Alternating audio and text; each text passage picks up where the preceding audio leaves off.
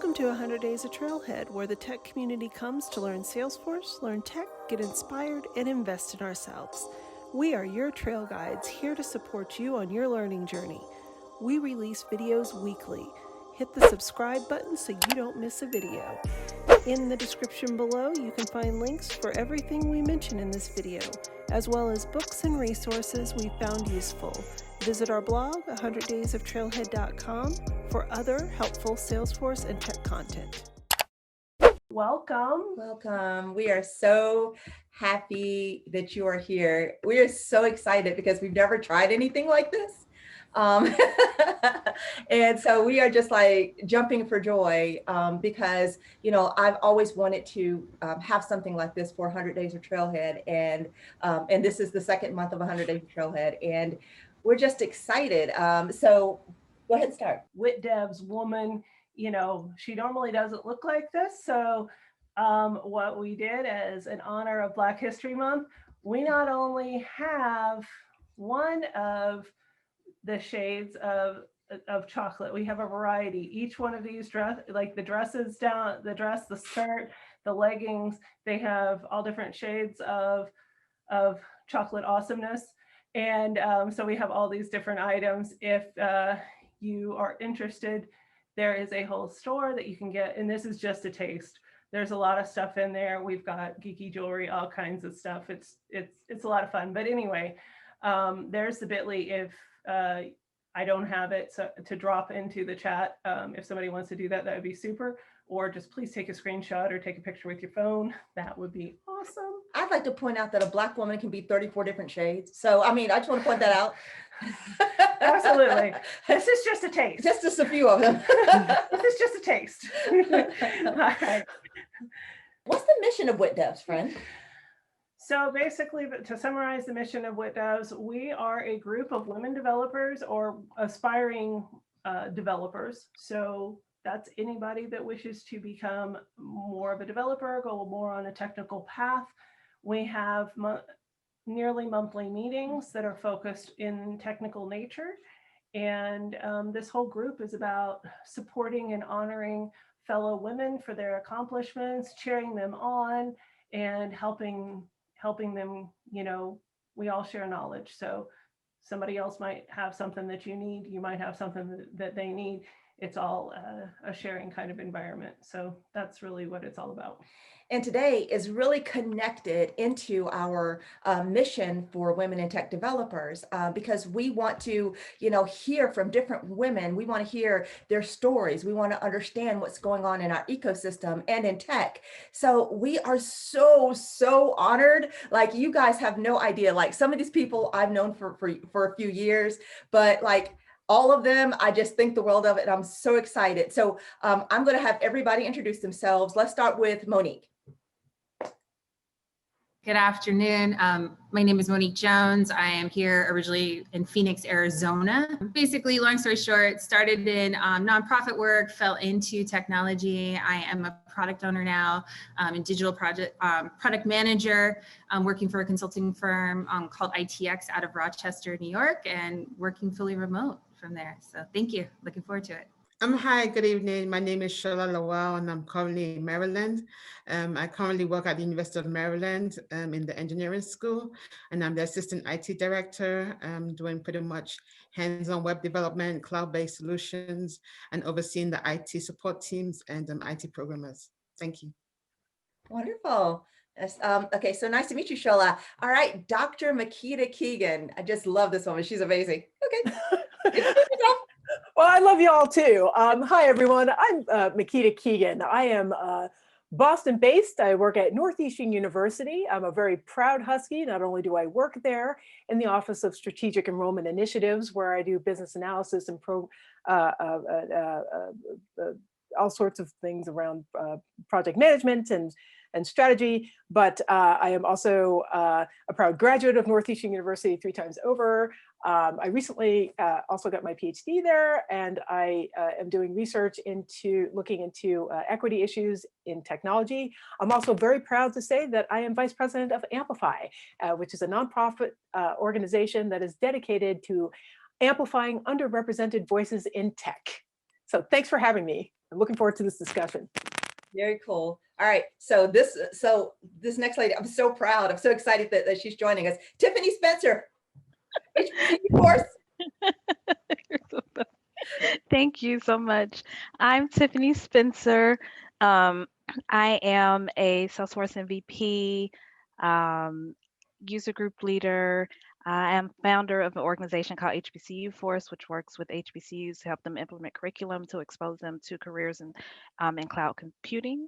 I am COO of Esor Consulting Group, and I am so honored to be here. And thank you so much, Jessica, for including me. Definitely. And okay, so this next lady, who I would say, if I could make her our third leader, I would. Nadina Lisbon. Hi, I'm Nadina Lisbon. I'm out of Austin, Texas. I'll keep it short and sweet. I started at a startup. I'm now a systems capability and Salesforce technical architect for Tradeshift. I do a lot of many things. I'm a rad coach, a user group leader, a platform champion, all over Twitter, all over LinkedIn. Hopefully some of you know me. If you don't know me, add me on Twitter. Very social. Nice to be here. And last but certainly not least, Monika Crooks. Thank you. And I'm the eyeball out. Sorry, everyone, that you can't see my face. I had a little injury, sledding accident, so I didn't want everyone to see my bandaged nose, so apologize. But yeah, so happy to be here. I am a Salesforce professional. I started out as a BA, and I'm now a Salesforce implementation manager. So currently working in the federal space for Accenture. And I oversee a team of about 28 folks, including a tech art, several senior devs, and a team of BAs and testers. So very engaged, very busy.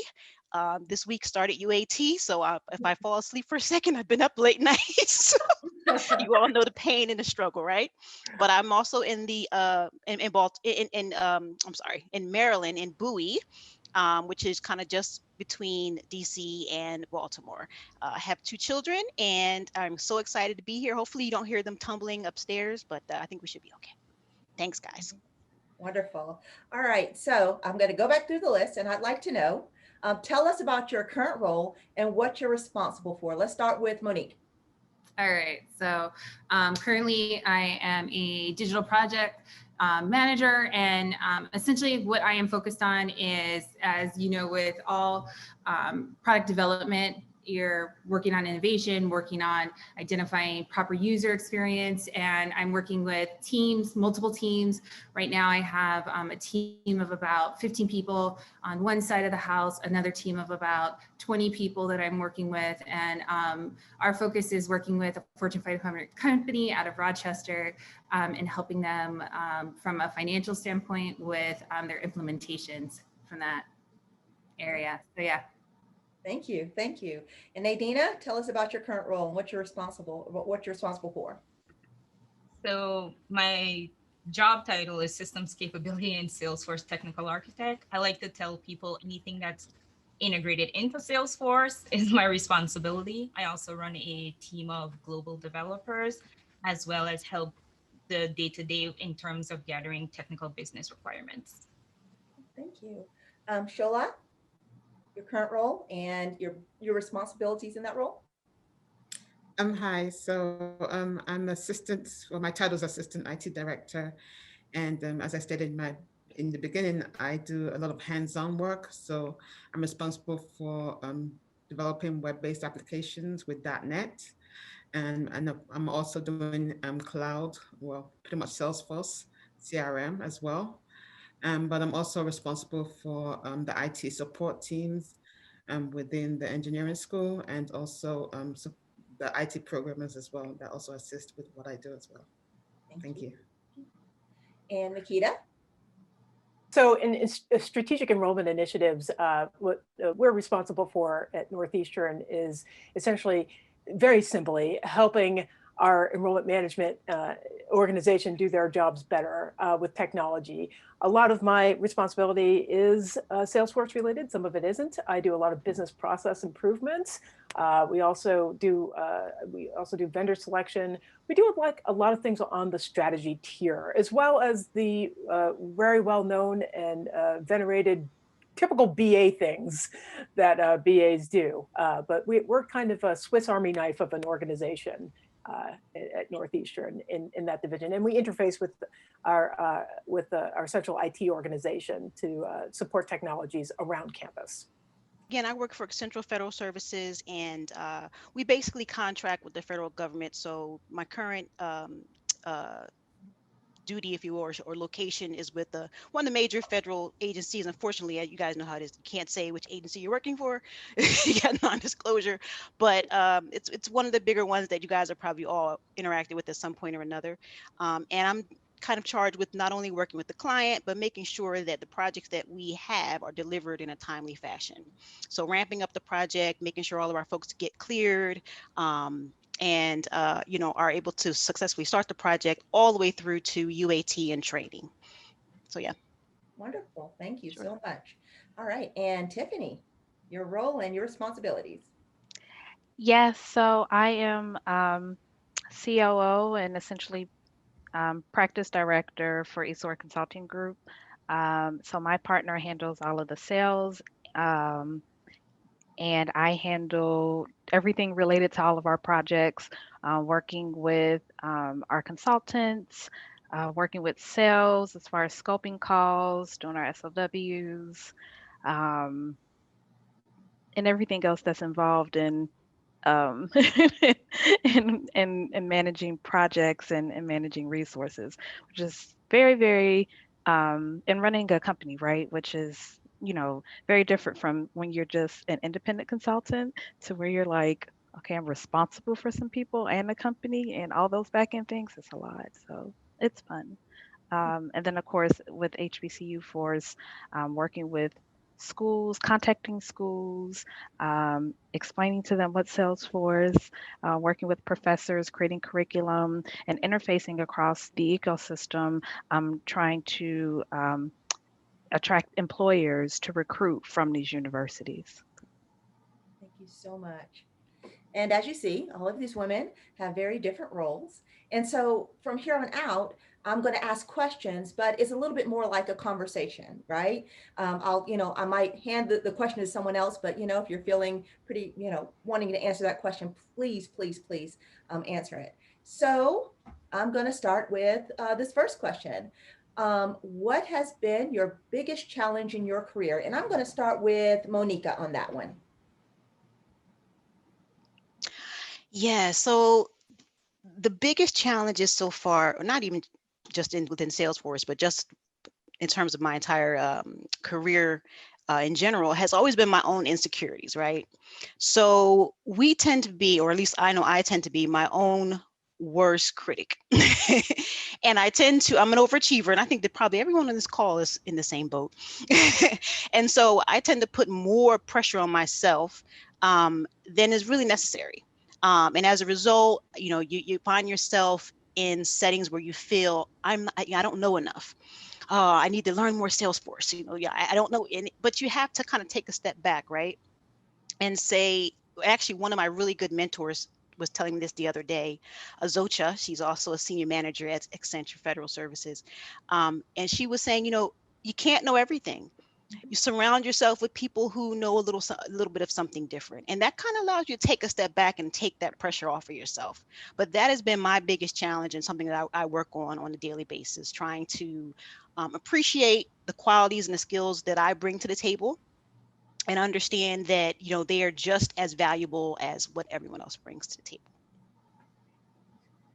And I love that. I call it heaping it on, right? Like, sometimes in tech, as Black women in tech, we will keep it on. Like I try to get all the certifications that I can, and then, all the degrees that I can, and, learn all the things. So I'm going to ask another person, Shola, what's been the biggest challenge in your career? Well, technology has been changing so rapidly. It's overwhelming sometimes just trying to keep up. And being an assistant director, I feel like I need to know a little bit about everything. And I'm also hands-on, so I still need to learn, what I'm doing as well. So it's just been so much, so overwhelming. And then with the pandemic, that's another addition to everything else. But in anything, you're going to be a life learner. You're always going to keep learning, and that's the struggle. But I try to keep up, and that's the only thing I can do. I can only do so much, but the way technology is changing, it's just too much. But you know, I just still want to keep up. I maintain and still be in the know. So that's my point. Yes, I love that answer. Okay, so now for the hard ones. No, what does it mean to be a Black woman in tech to you? And I'm going to send that to Tiffany. Gosh, that's an interesting question. So what I would say today is about, you know, doing the best that I can, achieving, you know, my goals and setting a path for those behind me is what my idea of being a Black woman in tech. I understand the journey that I've taken and what I've learned from that, and the goal is to be able to make it easier for someone to come behind me. I love that. Anyone else on that one?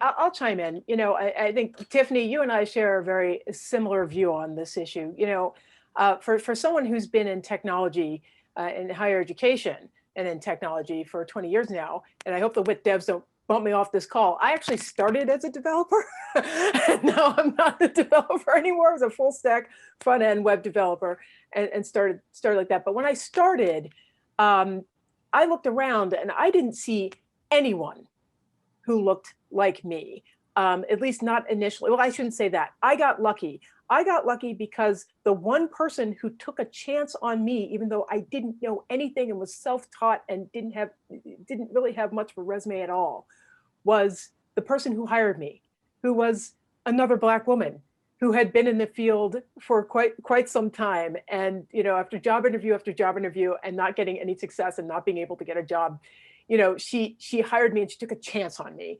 And I've always been grateful for that. So I learned a couple of things from that. First off, it's very hard to be it if you don't see it. And it's also very important for, you know, as Black women, as Black people, and underrepresented voices in general, it is so important to be able to keep that door open for others who just need that opportunity, need that shot. And I have built my entire career around that mission. So that's what to be a Black woman in tech to me means always keeping that door open, always making sure that you've got, you know, a hand out to help pull folks along, just like someone was good enough to do that for me. Thank you so much for that answer. I think one of my favorite things that in a recent panel that I was on, Rachel Park said, send the elevator back down. Right after you get to where you're going, send the elevator back down. And so many of you have done that. And I absolutely love that about this group. All right, so next question, and I'm going to send this to Nadina. What advice do you have for other women of color in tech and or to those who wish to enter tech? One thing I would say is believe in yourself, because sometimes as women, we feel like we can't do the thing or that's not a job that we should do, but why shouldn't we do it? It's a job that anyone can do. And so as you're thinking on your career or what you're planning to do, even if maybe you're starting as an administrator or a developer or architect or a business analyst, whatever role you're wanting to do, believe that you can do it, because no one can take your beliefs from you. Wow, that was awesome. Anyone else on that one? I think I can chime in. For me, I would also say, you know, embrace your authentic self and know that where you come from, what your background, all of that adds additional layers and perspectives that no one else can give. And so I think that's really amazing and something that we kind of take, you know, we don't really give value to, is that, you know, we don't come from necessarily potentially backgrounds that are very similar to a lot of the individuals in, you know, typical technology spaces, but we're bringing something that's unique and different. And I think, you know, a perfect example of that is Clubhouse. I mean, Clubhouse before, you know, a lot of people of color were getting on there was just simply a space for Silicon Valley individuals to share some ideas. And it was very low value, wasn't a lot of activity going on. And I think, you know, with that threshold of new diverse voices, they were repurposing it in ways that are so unique and different from what they were doing originally. So I think knowing that you have that ability to see things in a different way, you can really change the concept or how a technology is used and expand it for the community. Yes, that is awesome. Okay. Yes, love that. Thank you. All right, so next question. Meetings are a staple of the modern workplace. Often we talk about issues of inclusion. We hear that women and minorities share the difficulties of being in meetings or projects and not feeling heard or recognized. How can we practice inclusive meetings and projects in the workplace? And I'm going to send that to Makeda. Well, you know, I think this is an issue. I think that is kind of difficult, and you know, I think women and minorities definitely have a very hard time being seen, being heard. I think that there are a couple of different ways to approach this. I think there's a macro way to approach it and a micro way to approach it. You know, micro being individual, right? You know, spinning off of what one of my fellow panelists said in the beginning. First off, you gotta just believe that your opinion is just as good as anyone else's in that room, okay? You're there because you know your stuff, all right? Don't second guess yourself. Don't be your own worst enemy. Speak up, always, always. Do not second guess. So, you know, making sure that you're taking up space, making sure that you are heard, because again, if you don't contribute, you know, how are people going to know your value, and how are you going to get better at what you do if you don't start bouncing your ideas off of other folks? So that's something you have to remind yourself of every day. And the macro piece of this is creating a culture in your workplace, or helping to create a culture in your workplace so that this sort of interaction is welcomed. This is something you cannot do by yourself. This is something that you will need allies and help with. And so, you know, and we can get into a little bit of that allyship question later, but and how to kind of take a look at that and approach that. But, you know, if you're in an organization that at least extensively tries or attempts to do that, you're in a great place, and you can always help to refine and make that better, and recruit other folks to make sure that it's a welcoming place for everyone, so everyone's voice is heard. But it starts with you and your belief in yourself. Speak up. Speak up. Yes, yes, love that. So, okay, here is the next question. And I'm going to send it to Tiffany. Have you seen or experienced Black people or women being treated differently than their peers? And if so, how can these differences affect a Black person's career? I will say that there have been many times where I have experienced that and witnessed that. Yeah, so I could probably tell you lots of different stories, you know, just interesting things like like a lady saying, "Oh my God, are you are you and another person cousins because you have the same hairstyle?" Like out loud, you know, or having someone in an interview tell me that you might just be a BA. I don't know if you're an architect with 13 years of experience, or having, you know, people talk over you. In certain settings, or you know, people reacting to you a different way. I talk a lot to or I try to prepare my students for, you know, these experiences so that they understand what to look for and what not to put up with. And so I think it can make you feel as though you're wrong, and you can it's hard to be your authentic self, like someone just said, right? When you bring yourself and someone calls you combative and would see and tells you that you're being aggressive and telling you all these things about yourself, it could make you not know who you are and be afraid to bring your whole self.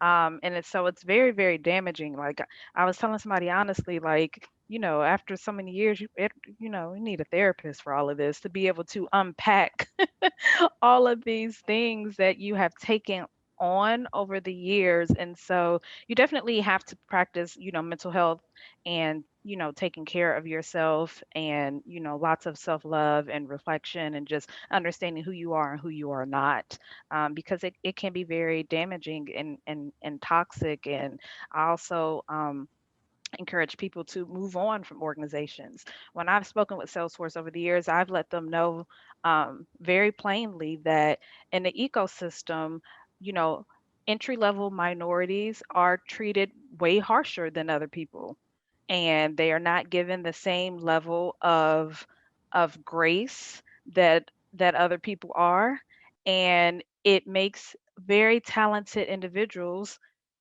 exit a company and go and become independent because they don't want to put up with it.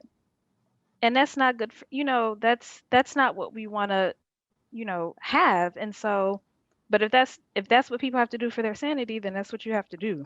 So sorry, that was probably a little bit more than what you asked me, but No, I think that that is the exact response that we needed to hear. What we're hearing in chat right now is yes, great response. Almost 20 years in corporate America and, started in IT at low level BA. So true. Yes, you are on point. And this question was so important. This was, one of my original questions because I was asked by someone in the Ohana once, they actually asked the both of us, so is it really true that Jessica has a harder time than you, talking to Rachel? Like, it would be the same because you're both women. And she's like, I was flabbergasted, to be honest with you. I stood there with my mouth hanging open for a moment, and I had to figure out how I was going to respond because I was like, no, this is so very different. So to be perfectly candid, just one flat out example. So there was a point in our career where we had nearly identical resumes, little variation, but almost identical resumes because we studied and grew and went into tech together. So with that understanding, we went for a same role. There were multiple openings for the same role within an organization. We both got offered it. Jessica got offered 50% less in salary. Let me repeat, 50% less in salary. And in fact, I hold a BS, a bachelor's degree in science. She holds an MS, a master's degree in science. So that is it. There's some inequity there. and I went to boot camp too. And I was about ready to say, yep. Sorry. And she went to not one, but 2 development boot camps back to back. But I'm supposed to get paid double her. So there's many, many more cases that I could outline, but I think that kind of really outlines it in a very succinct way. Yeah. Does anybody want to add to that? This is salary. That salary is the truth. And we need to speak more about what the salary should be, because I was severely underpaid. And even when I knew I was underpaid and I was going for that architect position, I got offered by a really nice company a terrible salary, and I knew the owner, and I turned it down, and he called me like, oh, what happened? I'm like, first of all, you didn't offer me the job I wanted, and the salary was terrible. You guys, salaries are terrible. You need to find someone that you can ask about salaries. They're terribly there's so much discrepancy there. Like, I'll tell you how much I made. Like, I don't like I don't care, but you know, if you need some help, I'll tell you. Tiffany, I just wanted to jump on something that you had said earlier, and we're focusing in on entry level folks, but I want to highlight an issue around mid-career professionals too, because there's a unique challenge I think that underrepresented voices have, and Black women and Black folks do have. Okay, so you've got your bona fides, you've got your credentials, you've got this experience. What happens at promotion time is another issue that folks, you know, I think there's a lot of focus put in like on the front of the pipeline and what happens there. But what happens when you're trying to climb that ladder? That is an issue that I do not hear a lot of folks talking about right now, but a lot of folks are impacted. And again, this is another thing that people are driven out of the profession because there is no room. I'm going to put that in air quotes. No room for them to go forward. So I think we have to have a real conversation in the Salesforce ecosystem and outside of it. This is not unique. I want to say this is not unique. None of this is unique to the Salesforce ecosystem. This is everywhere in tech. And for folks who have had experience here, there, and everywhere, I think you can affirm that. So that's one thing I think we do need to kind of focus in more of, and something that I am planning to give some more voice to over the coming months, because that's something we're not really addressing right now. But also just the mental health piece too. I do want to focus in on that as well. I mentor a lot of folks who are getting started, a lot of young Black folks and a lot of other folks, young women who are getting started in tech. Part of being a function at the university is that you get you get to meet a lot of really young, talented people and help them on their way. But you know, they come back from their experiences, their internships, their co-ops, or whatever, and they face this racism. They face these microaggressions. They face like gaslighting. They're like, and they honestly, there's a mental health toll on these young, optimistic, talented, bright people that we really need to explore and make sure that they know how to take care of themselves and know how to deal with that. And also, you know, so I just want to throw those two issues out on this issue, but just great points, Tiffany. Thank you so much. I've heard way too much. It's a pipeline issue. I don't think it's a pipeline issue. It's a culture issue, right? Mm. It's a culture issue, and this needs to be addressed. All right, so this is for everybody, and I'm going to start with Monika. We often talk about the fact that our children, our future, are watching. If you could tell all the little Black girls, since we're Whit devs, if you could tell all the little Black girls in the world one thing, what would it be? You can do it. And I hate to sound like a Nike commercial, because remember that, just do it. But honestly, we can do anything. How many more movies do we need, you know, showing our ancestors and their amazing accomplishments, to know that it's in our DNA? Mm-hmm. Okay. And to know you carry that in you. The last question that you guys were raising, I'm just sitting here like, oh my God, you know, I was just like, oh my God, I'm here screaming like, yes, yes, yes. But listen, just to give the listeners an insight, I am a mid-career changer, right? So I was in the financial industry for over 20 plus years.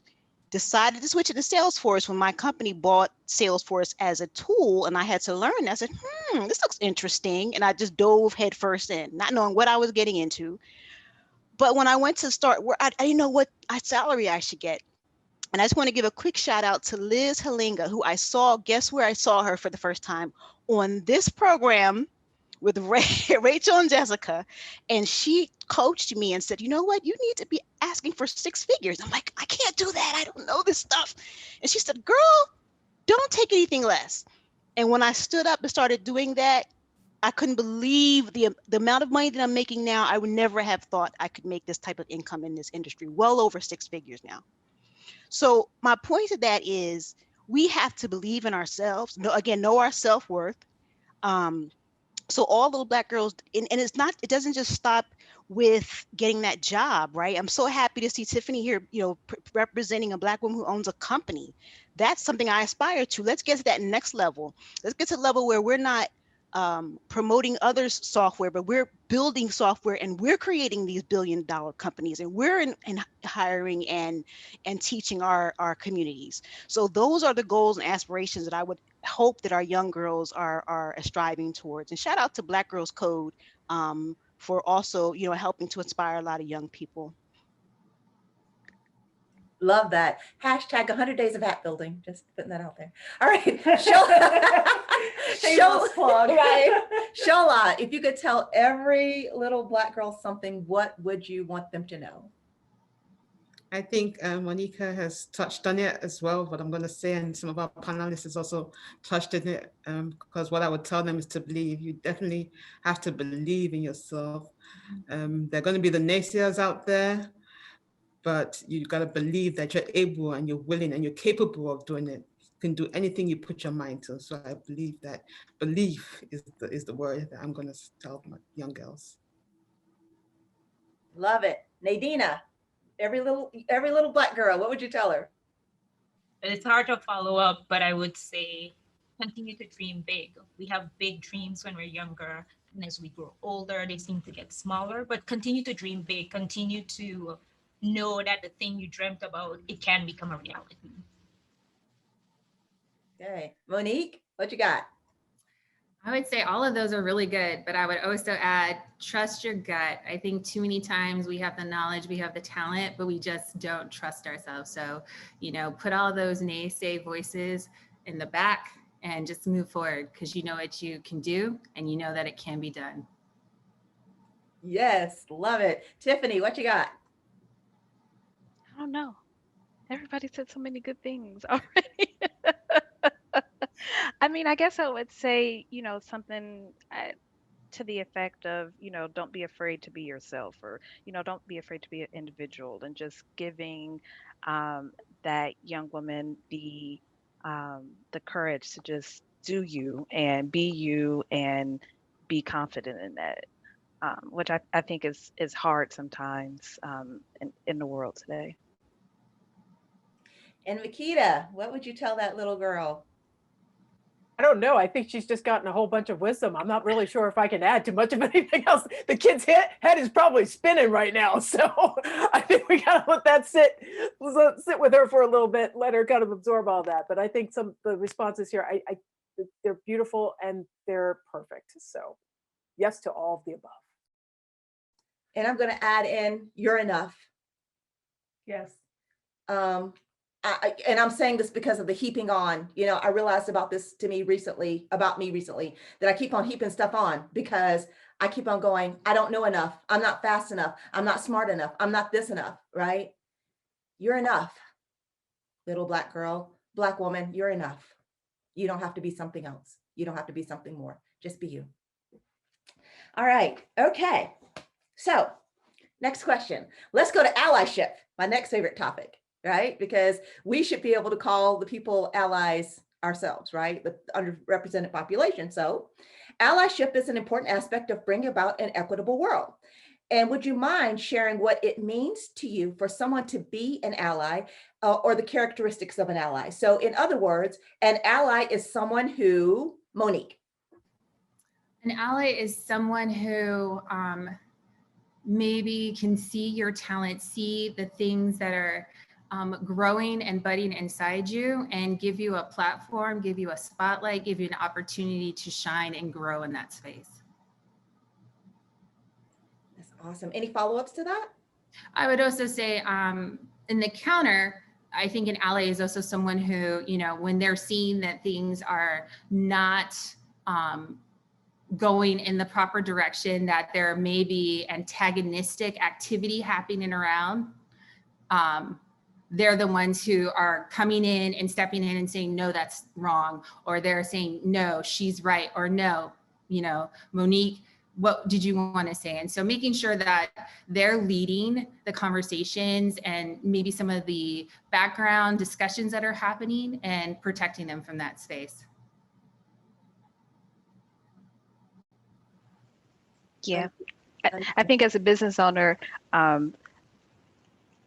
I appreciate advocates who open doors and are advocates. And, there's some opportunities that, sometimes as a, minority owned business, a Black owned business, some people don't think you're qualified for, and having advocates that can open doors for you and speak on your behalf and really advocate for you is super important.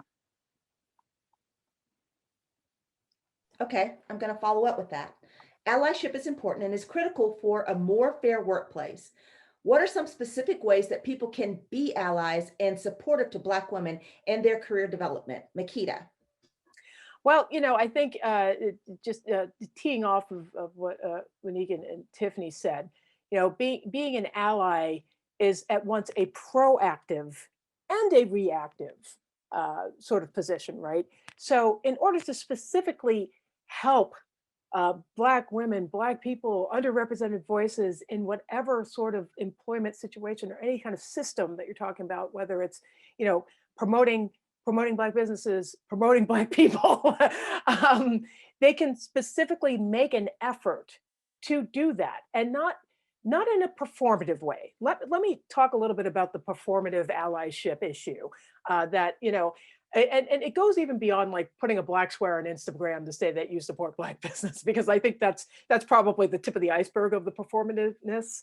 I think there are a lot of folks who are in different stages of their allyship journey. A wonderful colleague of mine at Amplify, Rachel Hands, has done a lot of work around this, and I've worked with her, and I agree with her on a lot of what she said. But there's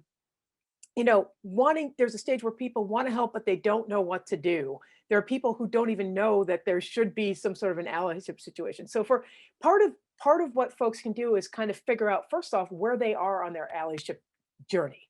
People like, oh, I didn't even know this was a problem. Like, racism and discrimination is breaking news to some folks, and very well-meaning folks, whether they chose to see it or not.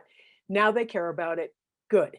Let's figure out, they need to figure out how they can be most effective. And that can mean different things to different people. I think trying to specifically identify how they can be helpful. So like in hiring situations, really sort of on a micro level, checking their own attitudes to those sort of things. On a macro level, for systematically thinking about what sort of things are in place at their company that may be preventing Black people, Black women from either being promoted or being hired in the first place, going back to some of the issues that we talked about. When you're in a situation like I am, when you're responsible for reviewing vendors, okay? So when you see, is there a requirement in your company to have some sort of a diversity component to review vendors for different spaces, or not? Is that something that people are looking at? What specific ways can you look at doing your job so that you are more inclusive and making your environment more inclusive for individuals, companies, and such? And then comes the personal piece, right? And a lot of folks kind of get to the level where they want to be better personal allies and better friends. That's something else that folks need to explore. But there are so many specific things to do and specific actions they can take. But I think the key is to remember, there's a proactive and a reactive, a macro and a micro. And if you focus on some of those things that you can do in those areas, you're going to be a lot better than you were before. Don't just put words at it. Don't be a performative ally. Don't make the motions, but actually take the action. And we will all be better off for it. Absolutely. And I just wanted to say, as a quick add on to that, I remember I was in a room and a group of developers were talking about hiring on another individual. And the whole conversation was around, they didn't feel like he had the right chops to be there and do it. But what happened was he was a friend of somebody in the room. And that person said, I will vouch for them to make sure that they're successful. And I just feel like, oh, that makes sense. It's key. You have to vouch for people, and you have to be like, you know what, they may not have it, but I'm going to ensure that they're successful because I have their back, I have their support. And regardless of whether or not you feel that they're at the par, we're going to work to make sure they get there. And I think that's really key. That's wonderful. And anybody else have any other actionable steps that an ally can perform to show their allyship and to support underrepresented individuals and groups? I just want to tag on, if I can, to the workplace issue. One thing that I've directly encountered, well, one of many, but my boss was considering candidates for a position that I was on kind of an informal hiring committee for. And the candidate that I thought was the best, he was like, well, she's jumped around too much in her positions. And I said, well, she maybe have jumped around because she didn't find a workplace that was a good fit for her and that was supportive of her. We shouldn't base like that on, she's awesome, right? And so I think just like you were saying, that's a very specific thing where like there are standards and there are assumptions that are made, and this is like a guy in his 60s who's conservative, right? A white guy. And so just other people like helping to check and say, no, like it's not someone's quote unquote fault that they had 3 jobs in 3 years, right? They could still be awesome. I think it's more or less trying to find out how to be supportive than, and trying to figure out, reasons for, not reasons against, or reason, and Charlize, I think you make an interesting point too about, sort of the whole hiring and promotion process in general. And it harkens back to what Jessica said about being enough, right? A lot of women of color, a lot of Black women won't apply to jobs, won't go for that promotion because they feel like they don't have all of those boxes checked and they feel like they're going to be treated like that. It's a two-way street because sometimes that's the perception as well. But if we can get folks to kind of, flip that on its head and say like, oh, well, this person has the potential to do X, Y, Z, and I'm willing to vouch for them. That's a great way to perform allyship. And I've seen that happen in a few of the different departments and organizations I've been in very successfully. And it's really helped. Thank you so much. Those were wonderful, wonderful answers. And I just want to point out again that the underrepresented group has the opportunity to call you an ally.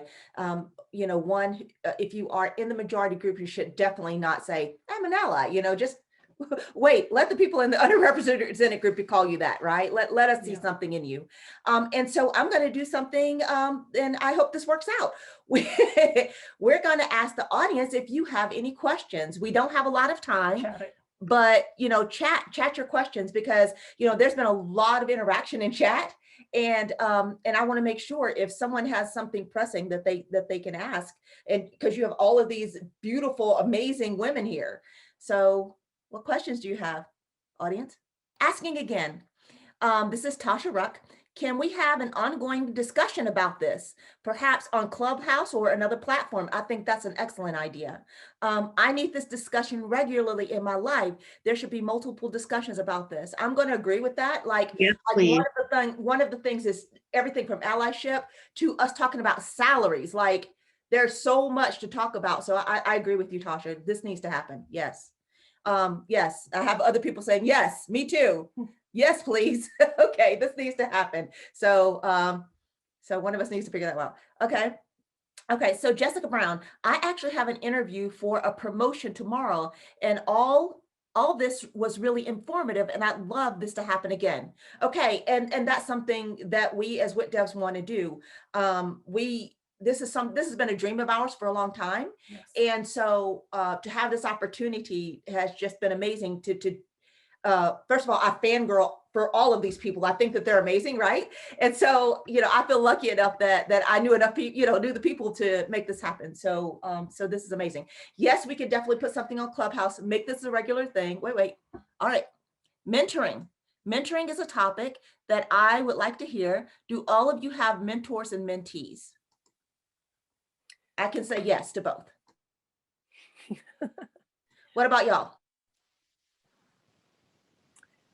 Yeah, I do a lot of mentoring just personally and have done for years. I've also had a series of professional and personal mentors myself.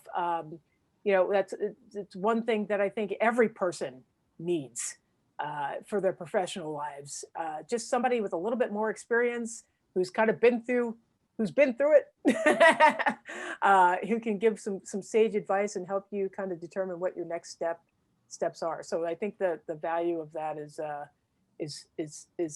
very high. And if you can connect yourself into that, I'm sorry, Whit Debs, I'm going to do an Amplify commercial. We do have mentoring circles at Amplify. I'm sorry. You're okay with that. We're trying to do it with that. We're actually starting up our mentoring circles program again after a brief hiatus. That's something where we basically do exactly that for underrepresented voices, mostly around career stuff. So if you're interested, hit us up on our website. We are amplify.org. I'll put the link in the chat. But there are so many great organizations in the Salesforce ecosystem that do exactly that. If you are not affiliated with one, get affiliated with one. Take advantage. Do it, no matter where you are in your career. Makeda, can you, for the people that don't know what Amplify is, can you give a little elevator statement as to what Amplify is and what they stand for?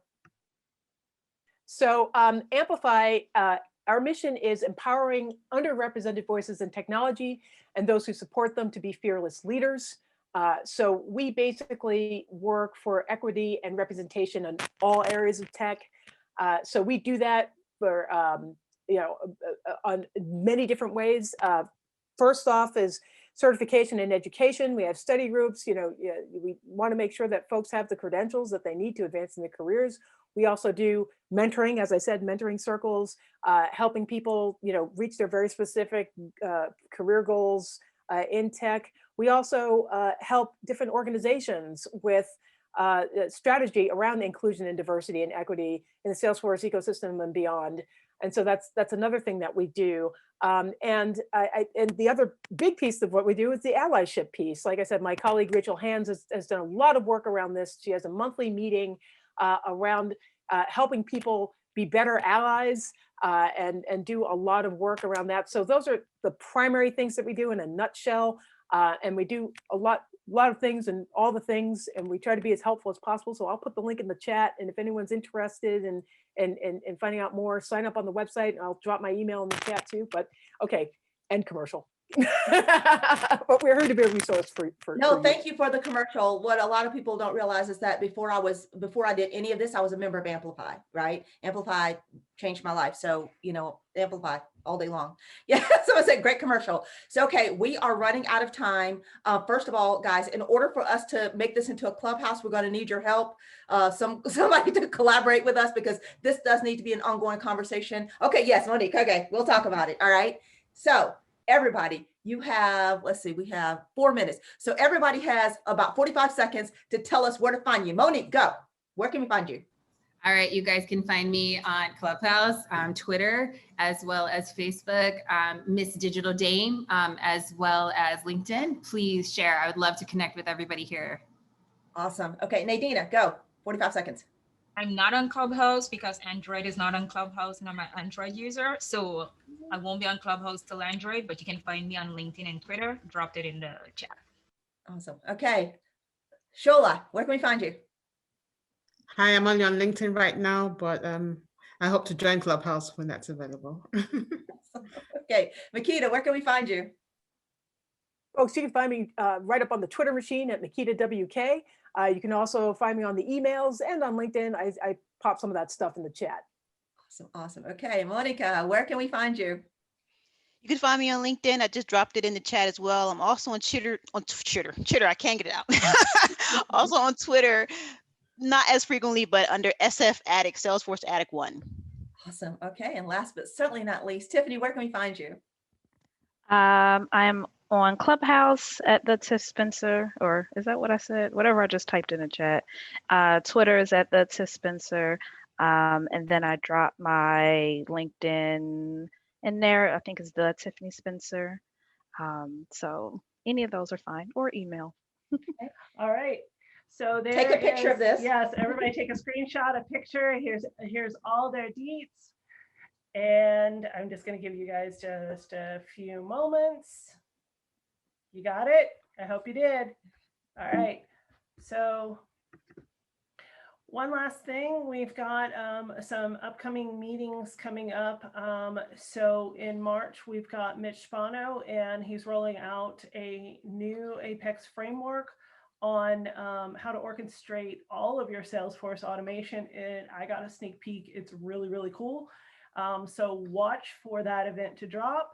Mark your calendars. I would suggest everybody take a screenshot or a picture of this one as well. Linda Kane is going to be doing our meeting in April on April 8th, and she's going to be talking about maps in Apex. And then Mary Hamlin is going to be talking MuleSoft in May on the 13th.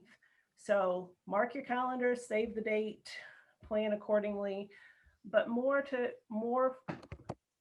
the point, we really want to thank the panel and all of the participants and all. This has been such a great conversation. Yes, thank you. Thank you, so Jessica, for your moderation. You know, you can't have a panel without moderation. So definitely appreciate all that coordination, and thank you for dealing with us in these Zoom issues right now, because every single time we share our deck, it loves to make our mouse disappear, so we can't get off of a screen. So thank you, Monique. Thank you, Monika. Thank you, Shola. Thank you, Nadina. Thank you, Tiffany. Thank you, Makeda. Did I get everybody off the top of my head? No. I'm impressed with myself, kind of. I think you did. All right.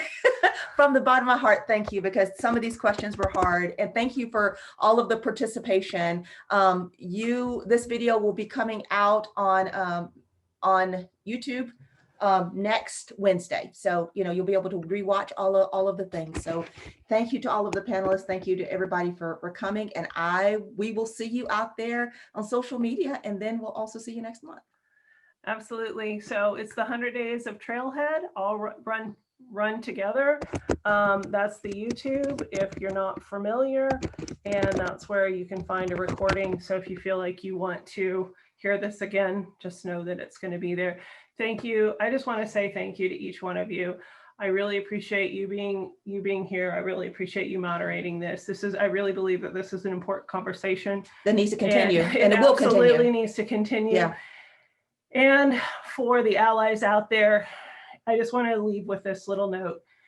We need to step up, because we are the majority and we're the only ones that can make the difference. So when you're in a meeting, give the person a voice. When you can reach back, when you can make a referral, when you can vouch for somebody, do that. When you see something that isn't quite right, say something in the moment. Don't wait. Don't wait. Sometimes it's uncomfortable. I agree. But you know what? How uncomfortable have these ladies been time and time again?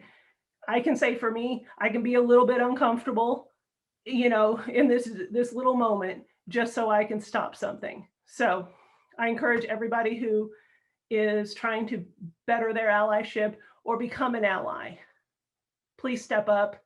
Please be the voice of change. Thank you for spending time with us. Please like and subscribe to our channel, because we share weekly content to support your tech and Salesforce learning journey. Don't forget to hit the notification bell so you don't miss a new video. We also handpick these videos, which we recommend you watch next. Connect with us on Instagram, Twitter, Facebook, and on 100daysoftrailhead.com, all of which are listed below. Thank you for learning with us, and we'll see you back tomorrow.